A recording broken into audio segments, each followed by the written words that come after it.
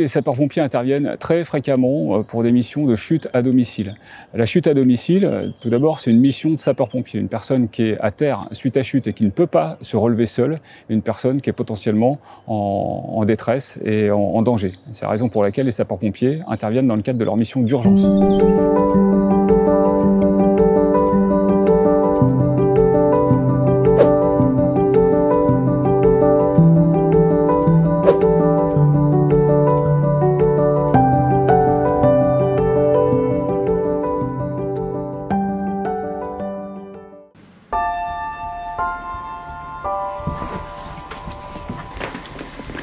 Je suis le commandant David Rognouf, je suis chef du groupement Opération au sein du service départemental d'incendie et de secours de la Loire-Atlantique.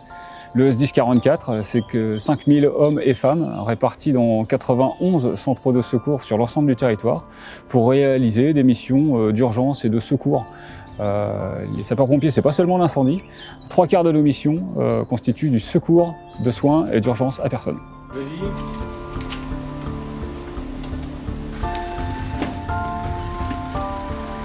Les sapeurs-pompiers ont réalisé en 2024 8200 interventions pour relevage à domicile. C'est un chiffre en augmentation de 30% ces 5 dernières années et qui représente à peu près 15% de nos missions de secours à personne. Pour chacune de nos interventions pour relevage, nous engageons systématiquement une ambulance de sapeurs-pompiers avec un équipage composé de 3 sapeurs-pompiers. Systématiquement, à leur arrivée sur les lieux, les sapeurs-pompiers réalisent une reconnaissance et un bilan complet de la victime, de manière à déterminer si elle souffre d'autres lésions, quelles sont les circonstances dans lesquelles elle a chuté, est-ce qu'elle peut être relevée sans danger pour elle. Chaque intervention est également accompagnée d'une régulation auprès du médecin régulateur du SAMU 44 pour lui transmettre tous les éléments de bilan afin que le médecin régulateur du SAMU puisse décider si la victime peut rester à son domicile ou si elle doit être transportée en milieu hospitalier. Pour mémoire, un peu moins de 8% des victimes de chute à domicile sont transportées en milieu hospitalier. La quasi-totalité reste à son domicile. La difficulté la plus importante concerne les cas répétitifs. Lorsqu'on intervient plusieurs fois pour la même personne, parfois même plusieurs dizaines de fois pour la même personne sur des espaces de temps très courts. Dans ce cas-là, manifestement, notre intervention ne suffit pas, n'est pas efficace puisque la personne peut chuter juste après notre départ du lieu d'intervention. Et en effet, pour nous, il y a une forme de sentiment d'inutilité et on se doit de nous tourner en partenariat vers d'autres services de façon à trouver des solutions plus efficaces, plus adaptées.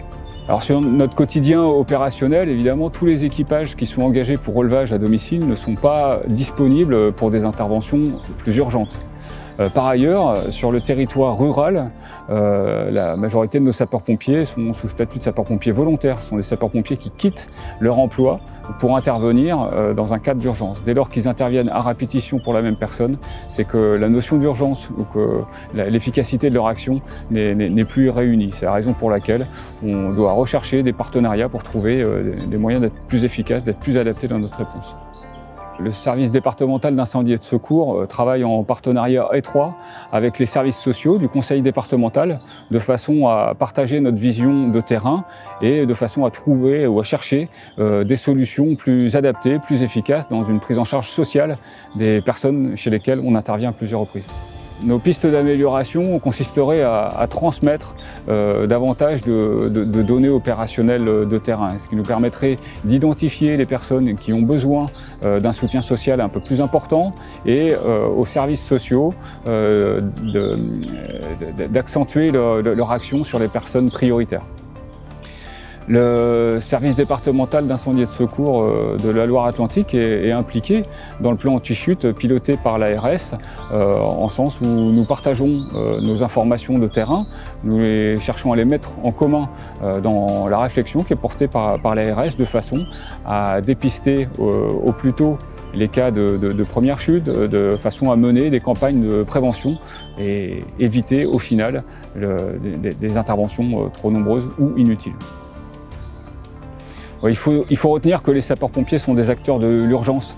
Les sapeurs-pompiers interviennent pour chute à domicile, mais dès lors qu'on est amené à revenir à plusieurs reprises pour la même personne, c'est que manifestement on n'est pas sur une chute accidentelle ou isolée. Alors les sapeurs-pompiers doivent mener des partenariats avec les services sociaux de façon à trouver des solutions plus adaptées et plus efficaces.